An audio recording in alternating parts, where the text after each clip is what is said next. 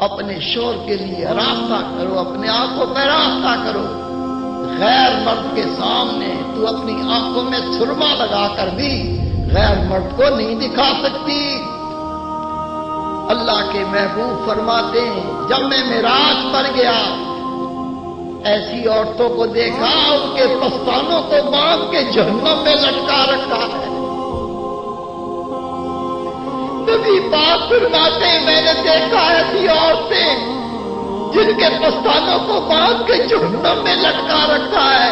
میں نے کہا جبریل امین یہ کون سی بدنصیب عورتیں جن کے پستانوں کو باندھ کے جہنم میں لٹکا رکھا ہے؟